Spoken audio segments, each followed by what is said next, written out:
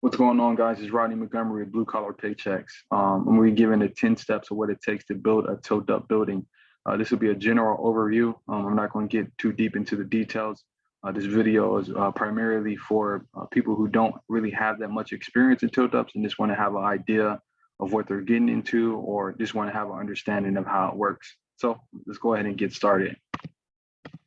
What is a tilt-up? A tilt-up is a building or a structure that is created by concrete panels that are cast on or off-site and create the building envelope. Typically, forming and casting the panels are done on site.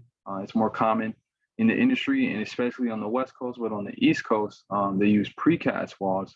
And this is due to the space and environmental conditions that they have to face.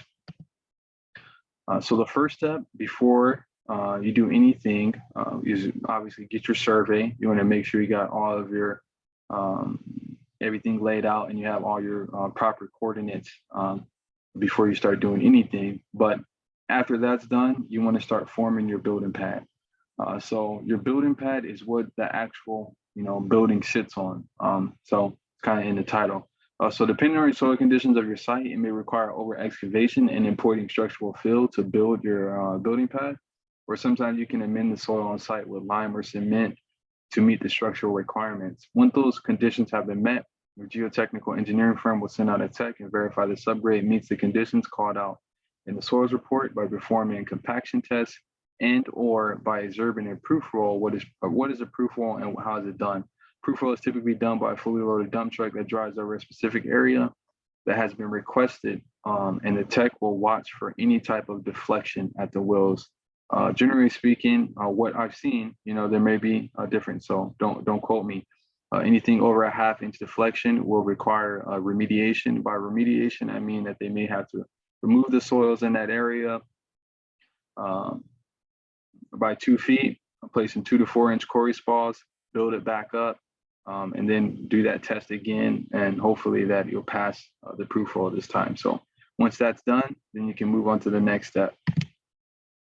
Which is foundation. Step 2, pouring your foundation. You can pour you pour your interior. Well, first you have to start. You'll have to over excavate for all your interior footings, and then you can be excavating for your exterior footings as well. These are tasks that can be performed concurrent.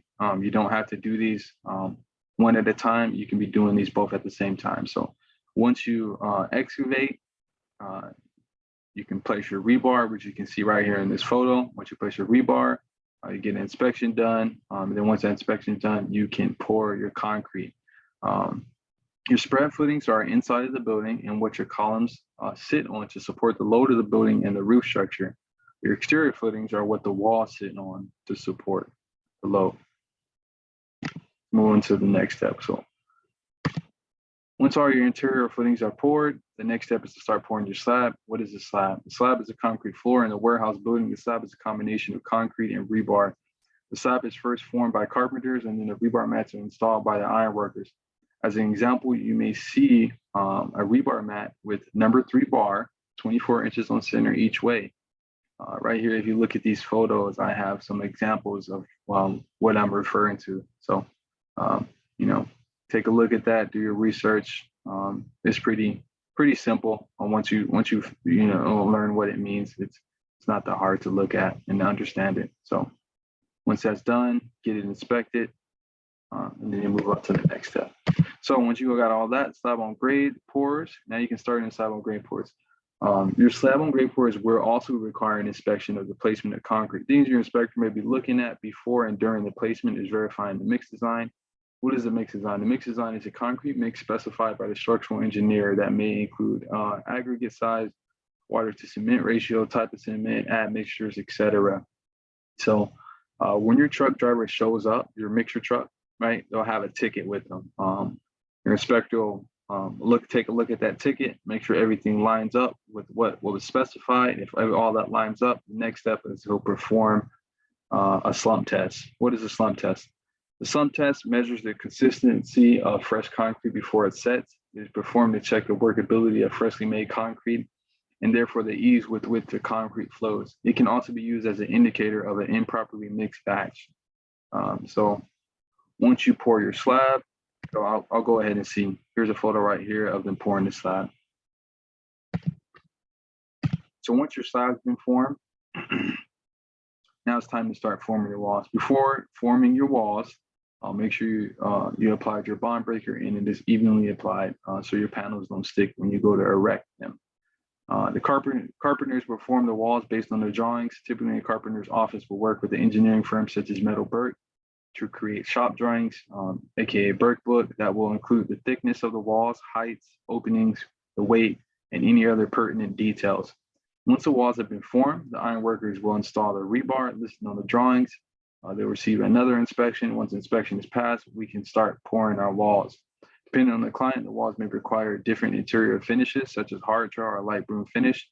So that's something you definitely want to pay attention to if you're just getting started in this. So right here, you got a photo of some panels that haven't been poured yet.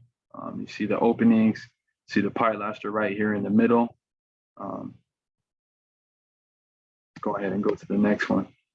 Step 6. So once you got so right now you got the building pad done, you got the slab on grade done, you got the panels formed and poured. Now you can start thinking about your pre-con for your crane. When you're roughly about 80%, but it's honestly it's up to your discretion when you want to schedule this meeting. But you want to schedule this meeting a little bit closer to when you're done pouring all of your panels, so that way you're not getting ahead of yourself and getting it done too early. So you want to bring the crane operator out there from the company, or the salesman will walk the job with the concrete superintendent and general contract superintendent to discuss the sequence of erection, your ground conditions and site conditions. Another thing that you may want to look at is your weather forecast. One thing you don't want to do is schedule a day to be lifting and erecting the panels when there's high wind speeds. So you may have to cancel or reschedule if you have some high wind speeds, because it's definitely not worth the risk.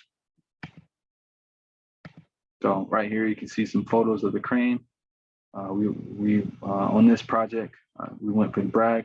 They're excellent to work with, so I would highly recommend those guys. Lift day. So once your crane is on site, everything's mobilized, everything's ready to go. On that day, you'll be conduct another meeting. It'll be a pre-lift meeting with everyone on site, all of the contractors, and anyone involved with the lifting operation, and make sure everyone understands their role and responsibility. Also, a rule of thumb before erecting, make sure your panels are reached 75% of the design strength called up by the structural drawings.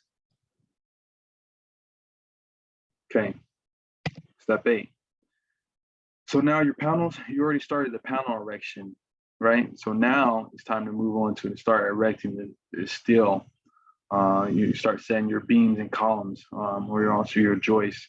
The next step would be and after you're done with setting all your beams and columns, then you're going to start setting your roof structure, which may be a hybrid roof, or it may just be an all steel deck roof. Hybrid roofs are more common, but I have seen both. So what a hybrid roof is comprised of a wood deck with steel girders and beams, or steel girders and joists, or it may be all three: girders, beams, and joists. The all steel is comprised of steel decking with girders, beams, and joists. So step 9. You're still on step 8. So right here, you can see in these photos, you see our girders right here in the photo. You see our panel braces on the wall, got our columns stood. They're about to start flying panels for the roof deck. This is a hybrid roof system right here. Panel 9, step 9. You can start removing your panel braces once your roof structure is done and completely nailed off. You definitely don't want to do that before. Once you got that done, you can remove your panel braces. Is that done? All right, we're going to move into step 10. Step 10. So on step 10, now we're going to start doing our pour back. We're going to start doing our pour back strip, which is basically around your perimeter on the interior of your building. This is what completes the final lock-in of everything. This is where your wall, your dowels coming off your exterior walls, ties into your slab and ties into your footings. And then, it's like it's like the icing on the cake, locking everything in. So that is the last final step. Here I got a photo of what I'm referring to right here. So that's pretty much the conclusion. Steps 1 through 10. Like I said, this is just a general, basis. We're just trying to teach you the simple steps. There's definitely a lot more details involved inside and outside of the building. But if you want to learn more, I suggest getting with your superintendent or whoever, what company you work for, and learning more and diving into the details. So with that being said, comment, subscribe. Don't forget to hit that like button. If you guys like this video, be sure to come back and see the next one, because I'll be providing tons of more information to try to help people learn about the industry. All right. See you guys on the next one.